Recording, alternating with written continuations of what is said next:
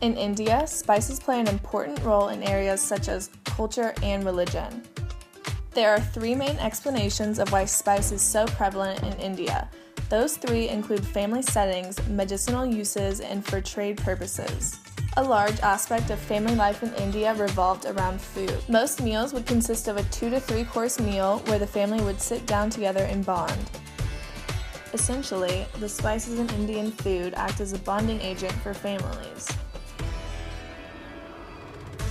Medicine, in a time where there wasn't high availability for advanced medications and surgical practices, consisted of spice. Spice was used to treat the symptoms of an illness and to attack the illness itself. This also shed light upon the power of bringing religion into healing, which was a large part of the medical practices at the time. The spice trade was between Asia, Northeast Africa, and Europe. This meant that since spice was going to Europe, it was also being further traded to the New World, the Americas. Spices that were involved in trade included cinnamon, cassia, cardamom, ginger, pepper, and turmeric. These were spices that came specifically from the East and were quite the commodity for Europeans who couldn't otherwise get any of these products. Ginger is an important spice in Indian cuisine. For the Jains, ginger is not acceptable because it is a ground-born vegetable and is considered dirty. Ginger is used in preparing many dishes such as pickles, chutneys, curry paste, curry powders, and ginger beer. Ginger can also be used as a preservative at times. Ginger is also used for medicine, often in the form of an aphrodisiac or a diaphoretic, which aids in producing sweat, which keeps one cool. Turmeric is also an important spice in Indian cuisine.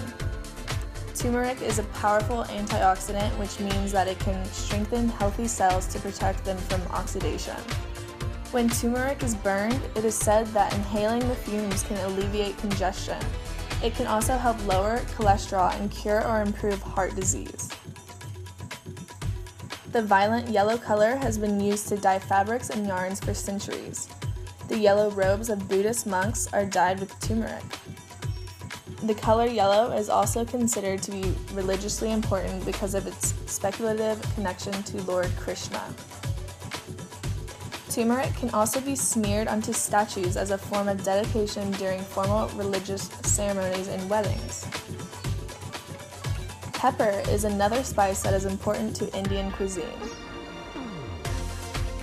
Pepper is found in southern India on a plant called the Piper nigrum, found in hot and moist weather.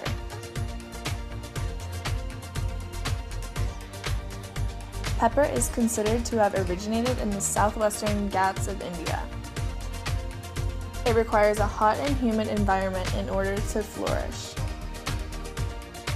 Pepper is often used in canning, pickling, baking, and is also highly valued for its aid in preservatives.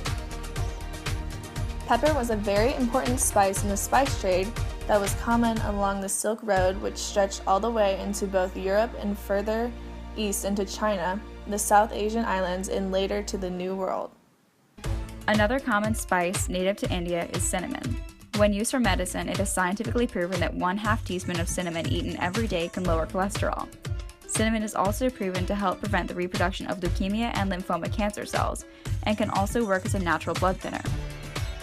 When used for food, it can slow down the speed of bacterial expansion and can preserve food naturally. Another more recent study backs up the Indian use of cinnamon as an aromatic device by proving that it can enhance cognitive working memory. Cinnamon can also assist in the eradication of the E. coli bacteria, even though it was arguably a less common disease to contract in most of India because such a large number of Indians lead towards vegetarianism. One of the oldest spices known to mankind, the bark of a cinnamon tree is dehydrated and rolled into cinnamon sticks, which are also called quills. Cinnamon can be dried out and ground into fine particles, what we call ground cinnamon. By the 17th century, cinnamon had become the most profitable spice in the Dutch East India Company and became a staple spice to trade from India along the Silk Road. In the Middle Ages, a lot of the wealth of the Abbasid Empire came from the taxes on cinnamon brought from India through the Abbasid Empire to Europe and North Africa. During the Crusades, Europeans became even more familiar with this Indian spice as the demand increased.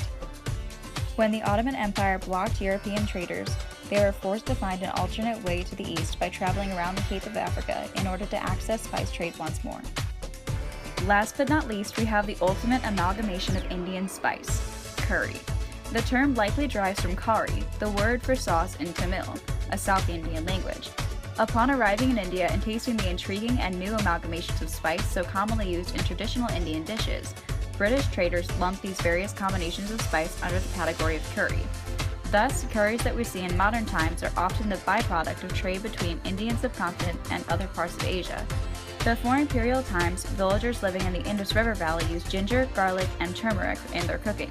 Thus, the spices that were once native and traceable to only India have, over the years, traveled along the trading routes and inspired the cultural cuisines of countless countries.